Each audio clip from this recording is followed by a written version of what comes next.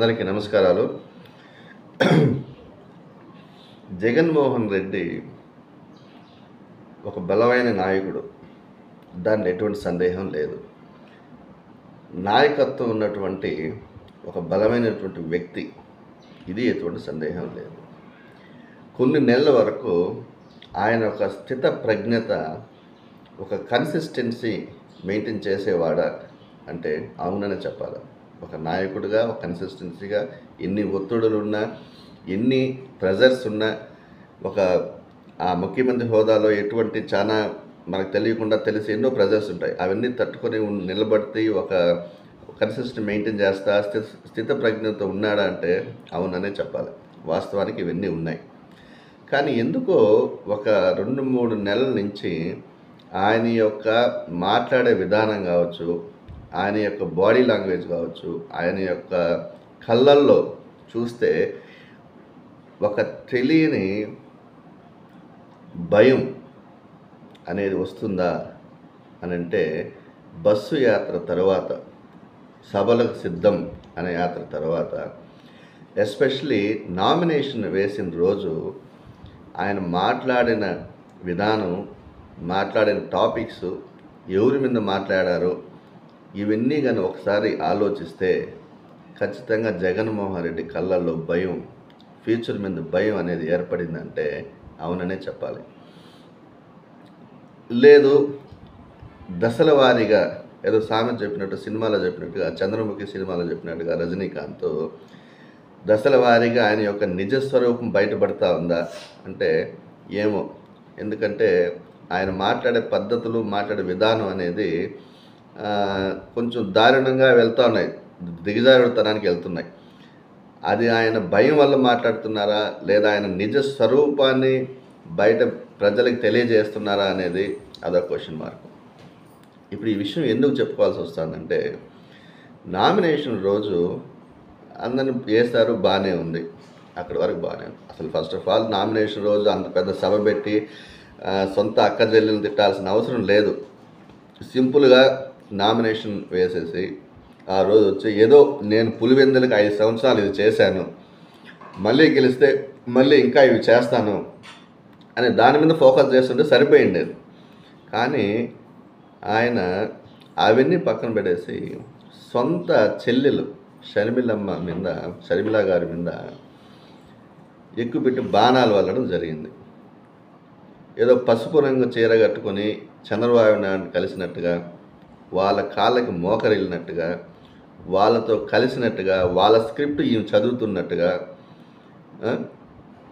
ఈమె అసలు వైఎస్ఆర్ వారసురాలే కాదు అన్నట్టుగా, ఈమె చంద్రబాబు నాయుడు వారసురాలు అన్నట్టుగా అసలు విపరీతమైనటువంటి విమర్శలు, అసలు అవి మన ఊహకు కూడా అందనటువంటి విమర్శలు చేయడం జరిగింది. దాంతో ఇది ఒక పెద్ద సెల్ఫ్ గోల్. జగన్ ఈ రీసెంట్గా మాట్లాడిన సభల్లో ఏదైనా ఒక పెద్ద సెల్ఫ్ గోల్ ఉంది అంటే ఆ రోజు నామినేషన్ వేసిన రోజు మాట్లాడినటువంటి మాటలనే చెప్పాలి. ఒక సొంత చెల్లిని అంతమంది సభలో, అంతమంది మగవాళ్ళు ఉన్న సభలో, ఎప్పుడో నెల 2 నెలల ముందు షర్మిల గారు, అది ఒక వివాహానికి, వాళ్ళ ఒక కుమారుడు వివాహ సందర్భంగా చంద్రబాబు నాయుడు లాంఛనంగా కలిసి ఆ రోజు ఇన్విటేషన్ ఇస్తే అప్పుడు కట్టుకున్న చీరని ఈరోజు మొన్న ఆయన సభలో ప్రస్తావించడం జరిగింది. ఎంత దారుణం! అసలు ఆమె ఏ చీర కట్టుకున్నది అనేది ఆయన ఎవరికి అనవసరం, ఆయన పర్సనల్ విషయం అది. ఆ చీర గురించి ప్రస్తావించడం జరిగింది. సరే ఇంకపోతే అసలు మీరు వైఎస్ఆర్ వారసులే కాదు, ఎంత పెద్ద మాట అది! ఎంత దూరం వెళ్ళి ఎంత దూరం వస్తుంది అది. కనీసం ఆయన సరే, స్క్రిప్ట్ ఎవడు రాస్తారనే కానీ ఫస్ట్ వాడిని బుద్ధి ఉండాలి. ఏరా మనం ఏం స్క్రిప్ట్ రాస్తున్నాం, అసలు దీనికి ఎంత మీనింగ్ వస్తుంది, ఎట్లా వస్తుంది అని ఆలోచించుకో. స్క్రిప్ట్ రాసేవాడికి బుద్ధి ఉండాలి. సరే వాడికి బుద్ధి లేదు. ఈయన సొంత అన్న మన చెల్లి గురించి కొన్ని కీలక వ్యాఖ్యలు చేస్తున్నాము, అసలు ఇది ఏమన్నా అసలు ఏమన్నా ఇది వినటానికి జనాలు ఏ విధంగా స్వీకరిస్తారు, ప్రజలు ఏమైనా స్వీకరిస్తారు అని ఆలోచించి ఉండాలి. అని ఏ మాత్రం ఆలోచించకుండా మక్కి అట్లే స్క్రిప్ట్ చదివితే అది ఎంత దూరం వెళ్ళి వస్తుంది. వైఎస్ఆర్ వారసురాలే కాదు, చంద్రబాబు నాయుడు గారు వారసురాలని చెప్పడం, ఇవన్నీ ఎంత అసలు వినటానికి మన ఊహకి ఇది ఒక దీనికి కూడా ఉన్నాం. రాజకీయాలంటే ఓటములు గెలుపులు అవన్నీ సర్వసాధారణం. అట్లని ఇంత దారుణంగా ఇంత దిగజారుతనంగా మాట్లాడడం అనేది మేబీ ఆయన జగన్మోహన్ రెడ్డి గారికే చెల్లింది. దీన్ని బట్టి చూస్తూ ఉంటే ఆయన స్పష్టంగా ఆయన కళ్ళల్లో భయము, ఫ్యూచర్లో భయం అని ఆయనకి తెలిసిపోతూ ఉంది. దీనికి షర్మిల గారు కూడా స్ట్రాంగ్గా కౌంటర్ ఇచ్చారు. ఏమయ్యా, ఒక చెల్లి గురించి 10 మందిలో 1000 మంది మగవాళ్ళు ఇంత దారుణంగా మాట్లాడతారా? ఎవరు మోకరిల్లింది? నేను వెళ్ళి చంద్రబాబు నాయుడు గారికి మోకరిల్లానా? జగన్మోహన్ గారు వెళ్ళేసి మోడీ కాళ్ళకు మోకరిల్లారా? మోడీ కాళ్ళకు మోకరిల్లడమే కాదు, సాష్టాంగ నమస్కారాలు చేసేసినారు. ఎవరు ఇది చేస్తూ ఉండేది?